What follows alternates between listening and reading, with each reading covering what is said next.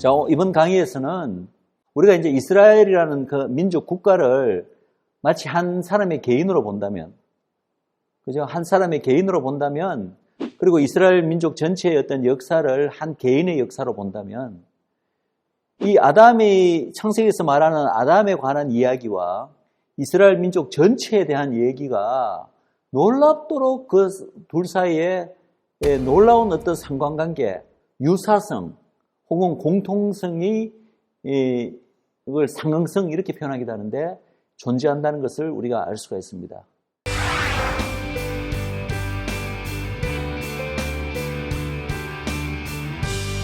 이스라엘은 한 민족으로서 온 인류 앞에서 아담을 재현합니다.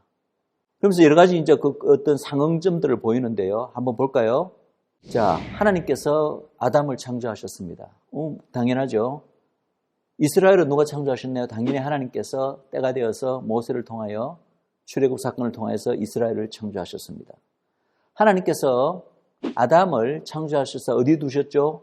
에덴 동산에 두셨습니다. 그런데 놀랍게도 하나님께서 이스라엘을 창조하신 다음에 마치 아담처럼 이스라엘을 바로 이스라엘 땅에, 이스라엘 땅은 제가 말씀드렸죠. 성경에서는 세상 중앙이라고 표현하고 있습니다. 이스라엘 땅이 놀랍도록 이제 마지막 날에 이스라엘 민족이 다 이제 그쪽으로 돌아오면서 회복될 때 에스겔서는 그 회복된 이스라엘 그 땅을 가리켜 에덴같이 된다고 이야기하고 있습니다. 자, 놀랍게도 하나님과 아담 사이에 언약을 맺으십니다. 그 언약은 바로 선악과 언약이죠. 선악과를 먹지 말라. 창세기에는 언약이라는 말이 그 부분에서는 등장하지 않지만 이제 우리가 그 다음 시간에 아마 이제 아담의 언약을 공부하게 될 텐데 호세아서에서는 아담이 하나님과 언약을 맺었는데 아담이 그 언약을 어겼다라고 분명히 이야기하고 있거든요. 그래서 그 선악과를 먹지 말라라는 하나님의 명령 자체가 사실은 아담과 하나님 사이에 이루어진 언약의 형태로 주어졌다는 거죠. 그래서 아담과 언약을 맺으셨습니다. 근데 마찬가지로 하나님께서 이스라엘 백성을 창조하신 후에 이스라엘 백성과 언약을 맺으십니다. 그러니까 이런 것이 다 서로 상응적으로 공통되는 모습을 우리가 볼 수가 있습니다. 근데 놀랍게도 이 언약을 조금 더 우리가 이제 자세히 살피면요. 이 아담이 원래 하나님과 맺은 이 선악과를 둘러싼 이 언약과 그리고 모세를 통해서 이스라엘과 하나님 사이에 맺어진 이 신에 사는 언약은 놀랍게도 둘 다 조건부 언약입니다. 조건부 언약이라는 것은 쌍방 언약이고 서로 간에 어떠한 조건, 행해야 될 어떤 부분들이 있는 거예요.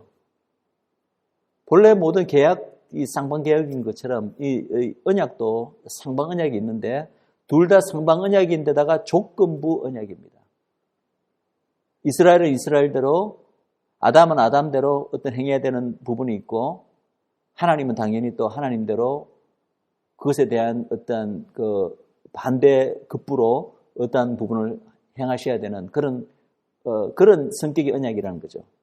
자, 구체적으로 그럼 어떤 조건이었는가? 아담의 언약을 먼저 보면요.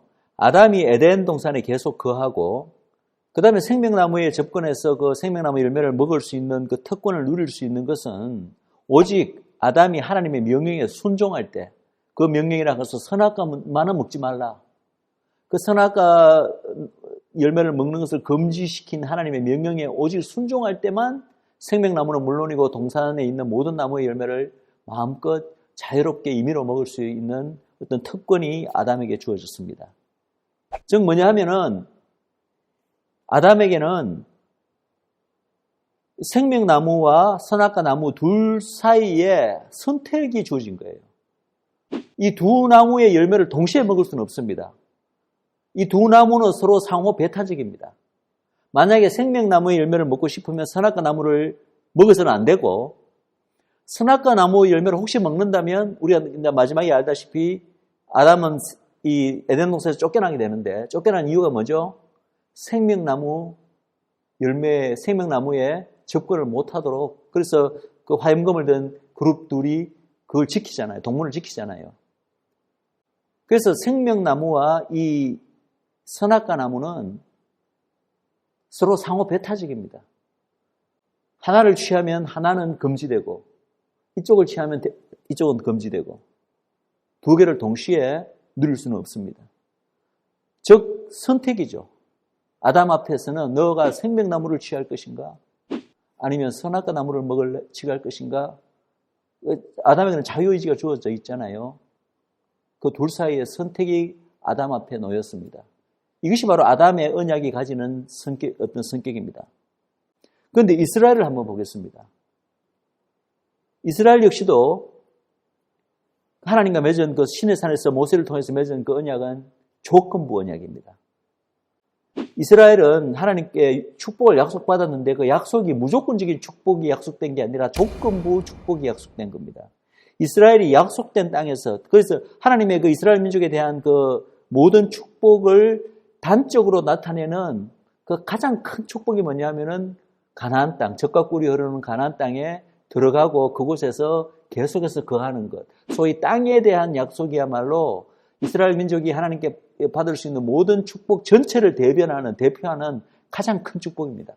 그래서 이스라엘이 약속 땅에서 계속 거하며 하나님으로부터 약속된 모든 축복을 누릴 수 있는 것은 조건부라는 조건부. 그 조건이 뭐냐면 오직 이스라엘이 하나님의 모든 율법과 계명에 순종할 때에만 허락되었다. 똑같죠? 아담하고 똑같잖아요. 그죠? 그리고 그 말은 무슨 말이냐면은 이스라엘이 비록 하나님의 백성이지만 백성으로 부르심을 받았지만 하나님의 그 축복을 받을 것인지 아니면 저주를 받을 것인지 그 선택이 또 이스라엘 앞에 놓인 거죠. 마치 아담 앞에 생명과 나무, 선악과 나무가 그 선택이 그 앞에 놓인 것처럼 이스라엘 백성도 하나님으로부터 축복을 받을 것인지 저주를 받을 것인지 그 선택이 그 앞에 놓였습니다. 이것이 대표적으로 잘 드러나 있는 부분이 신명기죠. 그래서 우리 신명기를 보시면은 몇 장에 걸쳐서 너가 하나님의 계명을 율법을 잘 지키면 이러한 축복이 임하게 될 것이고 너가 하나님의 계명을 어기면 또 이러이러한 축복이 저주가 임할 것이다. 거기 보면은 축복장과 이 저주의 장이 이제 나란히 이렇게 연달아 있는데 축복장의 분량이 혹시 좀 적기는 적습니다. 저주에 관한 부분이 훨씬 길어요. 이게 마치 이스라엘 백성이 앞으로 어떠한 운명에 처해질 것인 걸 하나님께서 미리 아셨듯이 아주 상세하게 기록해 놓으셨는데 놀랍게도 이스라엘 민족의 그 이후의 역사를 보시면 신명기에 예언된 너희가 하나님의 계명을 어기고 순종하지 않을 때 이러한 일들이 임하기로 했다는 그 저주가요 하나도 빠지지 않고 이스라엘 민족에게 실제로 그대로 임했던 그것을 우리가 보게 됩니다. 그래서 그것을 단적으로 나타내는 그 말씀이 신명기 30장 15절에서 20절 말씀입니다. 보라, 내가 오늘날 생명과 복과 사망과 화를 내 앞에 두었나니. 한마디로 너가 골라 잡아라는 거예요. 생명을 취할 것인가, 복을 취할 것인가, 아니면 사망을 취하고 화를 취할 것인가. 그것은 너의 선택에 달려있다. 아담과 맺은 언약도 이렇게 지극히 상방 조건부 언약이었고 이스라엘이 하나님과 맺은 언약도 상방 언약, 조건부 언약이었음을 우리가 알 수가 있습니다.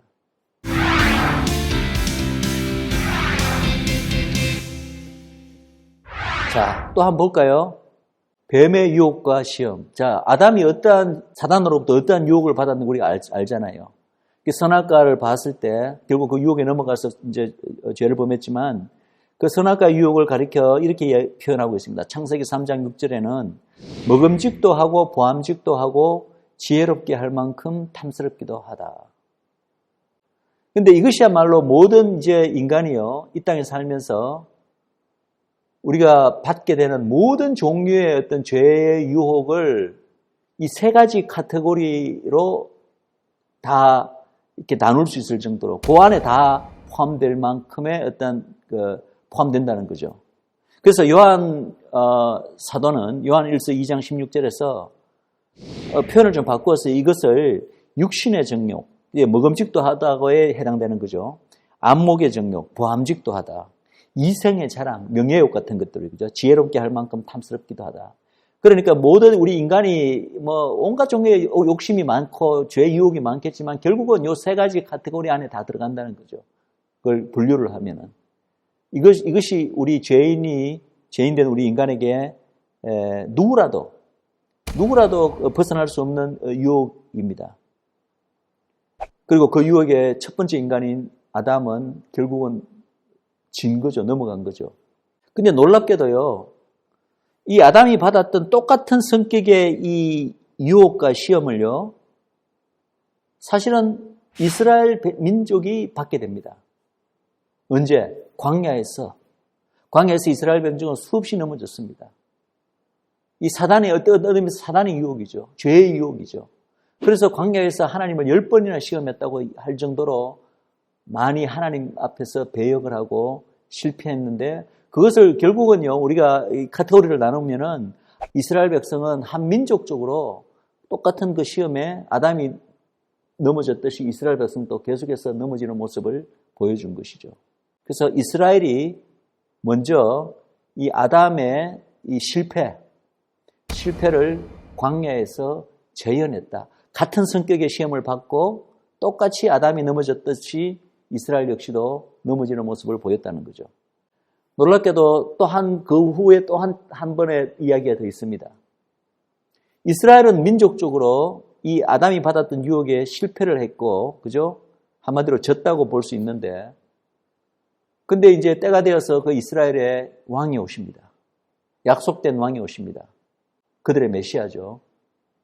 예수 그리스도, 이스라엘의 약속된 왕, 나사렛 예수, 유대인들의 왕이 오셔서, 놀랍게도 이분이 이 땅에 오셔서 그분의 공생의 사역을 시작하기 전에 광야에서 똑같은 시험을 받습니다. 그런데 이 광야에서 예수님이 받은 그 사단으로 받던 그 세 가지 시험은요, 정확하게 이스라엘 민족이, 바로 그분의 백성이었던 이스라엘 민족이 광야에서 과거 받았으나 실패했던 같은 종류의 시험입니다. 그뿐만 아니라 더 근원적으로 더 거슬러 올라가면 아담이 뱀으로부터 받았던 같은 종류의 시험입니다. 아담도 실패했고 이스라엘 역시도 한 민족적으로 그 시험에 실패했습니다. 그런데 그 민족의 왕으로 오신 예수님께서는 그 민족의 실패를 그 왕이 오셔서 뒤엎으신 거죠. 예수님께서는 그 시험을 통과하시고 이겨내셨잖아요. 왕은요, 그 민족을 대표합니다. 하나님 앞에서 대표하거든요. 그게 왕이잖아요. 우리가 왕의 신분에 대해서 우리가 이미 공부를 했습니다. 즉 예수님께서는 이 땅에 오신 여러 가지 목적 가운데 또 하나 중요한 목적은 뭐냐면은 하나님의 언약 백성, 하나님의 백성이라고 이름은 불리지만 하나님 앞에서 정말 그분의 계명을 지키는 것을 실패하고 사단의 유혹에 져서 실패한 그 민족의 실패를, 그 민족의 왕이 그 민족을 대표해서 하나님 앞에서 그 실패를 되돌리기 위해서, 만회하기 위해서 이 땅에 오신 것입니다.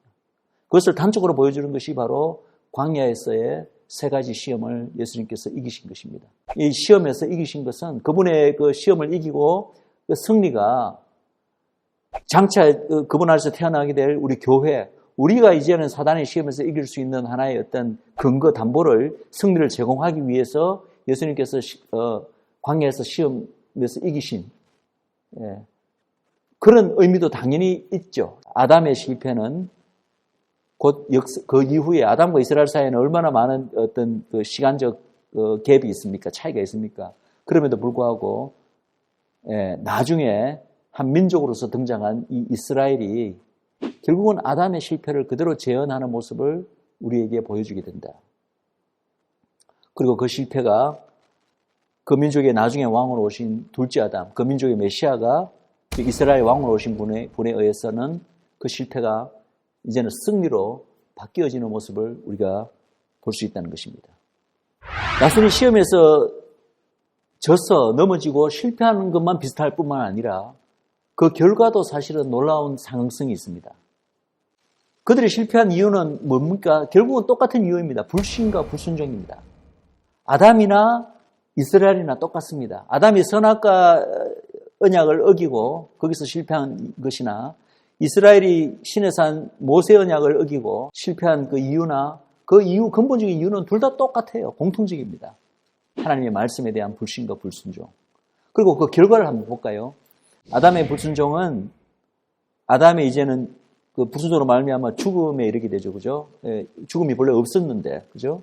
죽음을 가져오고, 그 다음에 결국은 하나님과의 가장 긴밀한 어떤 그 동행 관계, 동거, 그 공간, 그죠? 그 성소, 에덴으로부터 축출이라는 결과를 가져오게 됩니다. 근데 축출될 때 어느 방향으로 축출되죠? 성경은 동쪽으로, 에덴 동산의 동쪽으로 이렇게 쫓겨나는 모습을 보여줍니다. 그리고 난 다음에 아담과 그 후에, 특별히 이제 가인과 아벨 얘기가 나오는데, 가인이 아벨을 죽이고 난 다음에 어느 지역에 가서 거주합니까? 바벨론 지역에 거주하게 됩니다. 동쪽으로 가서. 근데 놀랍게도 이스라엘 민족의 불순종을 보겠습니다. 이스라엘 민족의 불순종은 결국은 어떠한 결과를 가져왔나요? 그들 역시도 죽음 및 약속의 땅, 에덴에 해당되는, 그죠?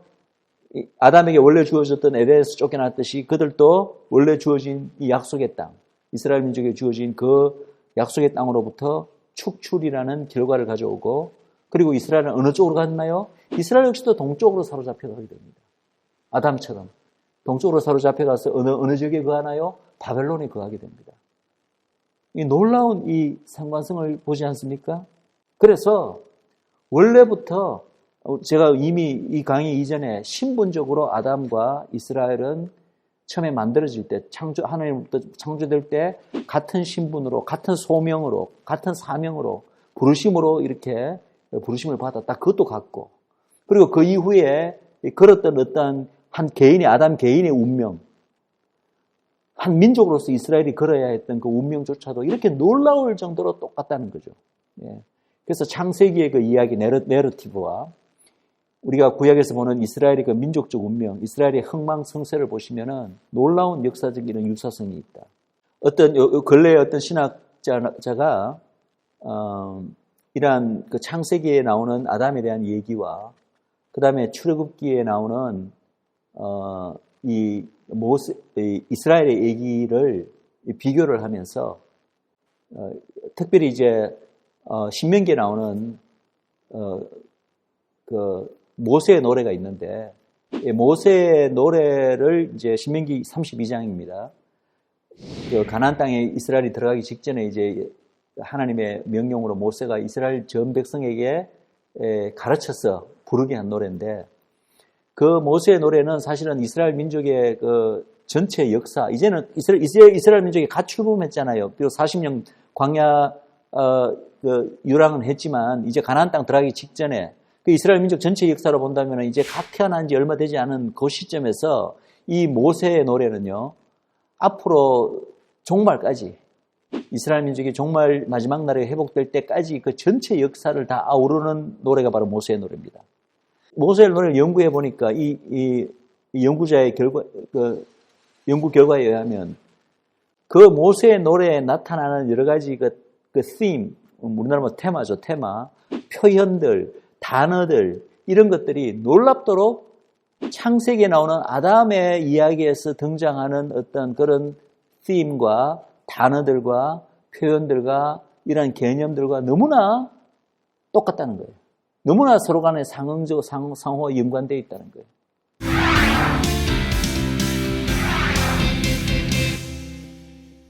자, 그래서 결론을 내겠습니다. 이러한 어떤 아담과 이스라엘 사이의 어떤 이 역사적 관계를 우리가 보면 어떠한 우리가 결론을 내릴 수가 있는가?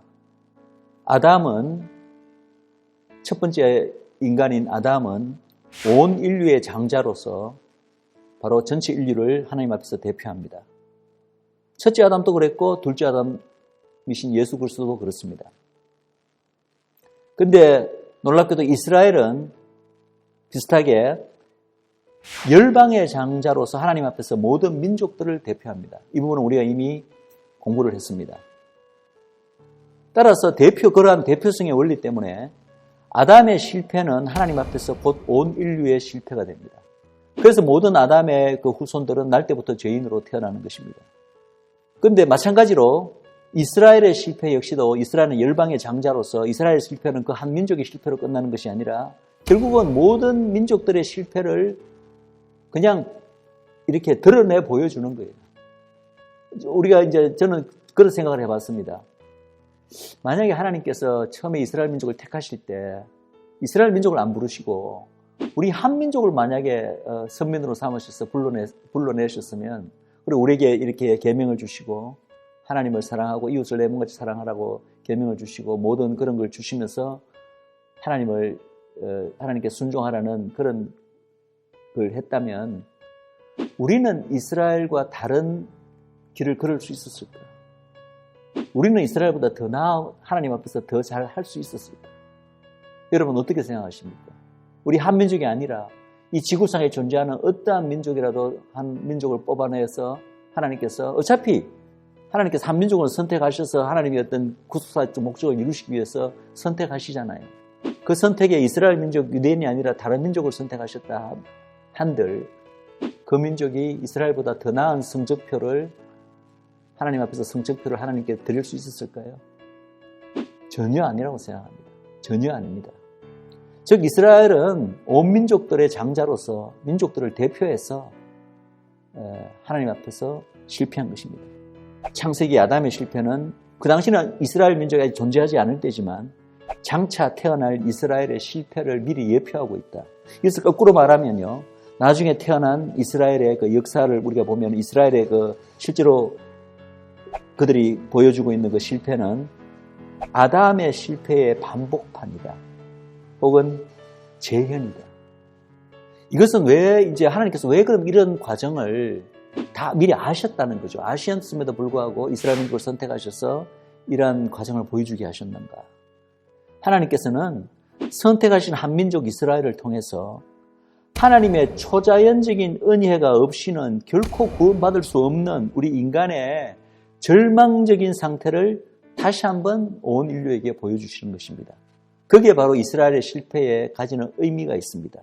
즉 이스라엘의 실패는 온 인류의 실패, 온 인류가 지금 처해 있는 그런 처참하고 절망적인 그 죄인된 그 상태를 여지없이 하나님 앞에서 확정적으로 보여주고, 하나님은 그걸 미리 다 아셨죠, 당연히. 하나님은 뭐 안 보여주신다고 모르시는 분은 아니지만 중요한 것은 우리 인간들에게, 인간들은 그걸 모르잖아요. 죄인된 인간들은 우리가 얼마나 죄인인지 모르고 그냥 잘할 수 있다고 생각합니다. 우리는 우리 힘으로 할 수 있다고 생각합니다.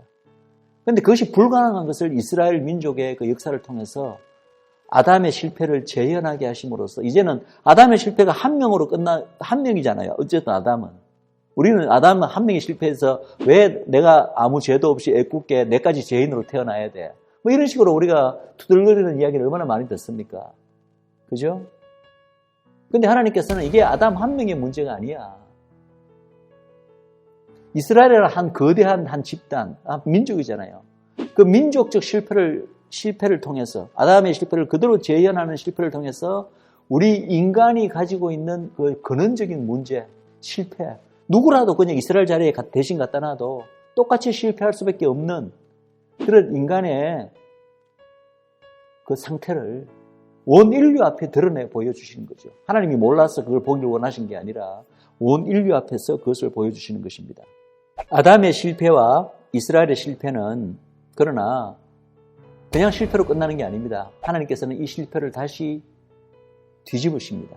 뒤집어서 결국은 승리로 이끄십니다. 아담의 실패는 장차 오실 둘째 아담, 그리고 이스라엘의 실패는 바로 이스라엘의 민족적 왕으로 예언된, 그리고 그들이 기다려온 그들 민족의 메시아 예수 그리스도를 통해서 만회됩니다.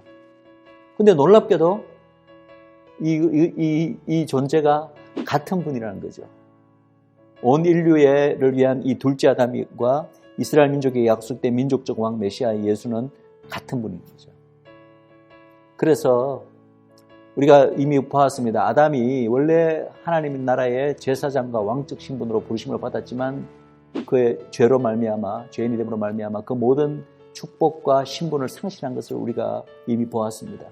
그러나 둘째 아담이신 예수를 통해서 이 아담에게 주어진 모든 직분과 신분과 사명이 회복되는데, 그 회복은 아담의 후에 모든 그 메시아 안에 있는 모든 인간들에게 그것이 회복됩니다. 그래서 우리는 그냥 간단하게 구원이라고 이야기를 하죠. 근데 놀랍게도 이스라엘도 마찬가지죠. 아담의 실패를 똑같이 판박이로 걸었던 이스라엘 역시도 결국은 그들의 민족의 실패가 그들 민족에게 그 민족을 대표하는 그들의 왕, 바로 메시아 예수 그리스도, 그들 민족의 약속된 메시아를 통해서 그 실패가 회복됩니다. 반전이 일어납니다. 그래서 결국은 이스라엘 역시도 하나님의 구속사 마지막에는 그들에게 원래 주어졌던 그 모든 민족적 사명과 신분이 바로 열방의 왕으로서, 열방의 제사장으로서 온전한 신분이 회복되고 성취되는 것입니다. 그렇게 됨으로써 하나님의 구속사가 끝이 나게 됩니다. 이러한 측면을 바라볼 때 우리가 늘 이스라엘의 회복을 이야기하는데, 종말적인 회복을 이야기하는데, 이스라엘의 회복은 처음부터, 창세기부터 이러한 하나님께서 이 모든 것을 아시는 거잖아요. 그죠? 처음부터 이미 정해진 것이고 예고된 것이라는 거죠. 그것을 성경은 이러한 유비 관계를 통해서 우리에게 분명히 보여주고 가르쳐주고 있습니다.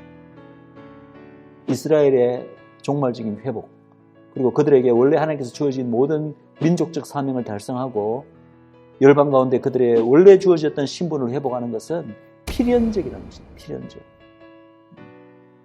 우리 아담의 실패는 예수 그리스도 안에서 다 회복되는데, 이스라엘 민족은 그들의 메시아이신 또 예수 안에서 회복이 안 돼. 그렇게 되지는 않는다는 거죠. 회복이 됩니다.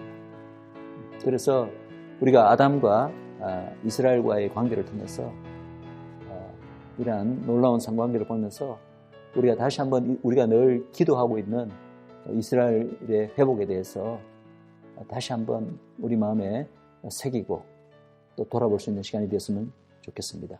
강의를 마치겠습니다.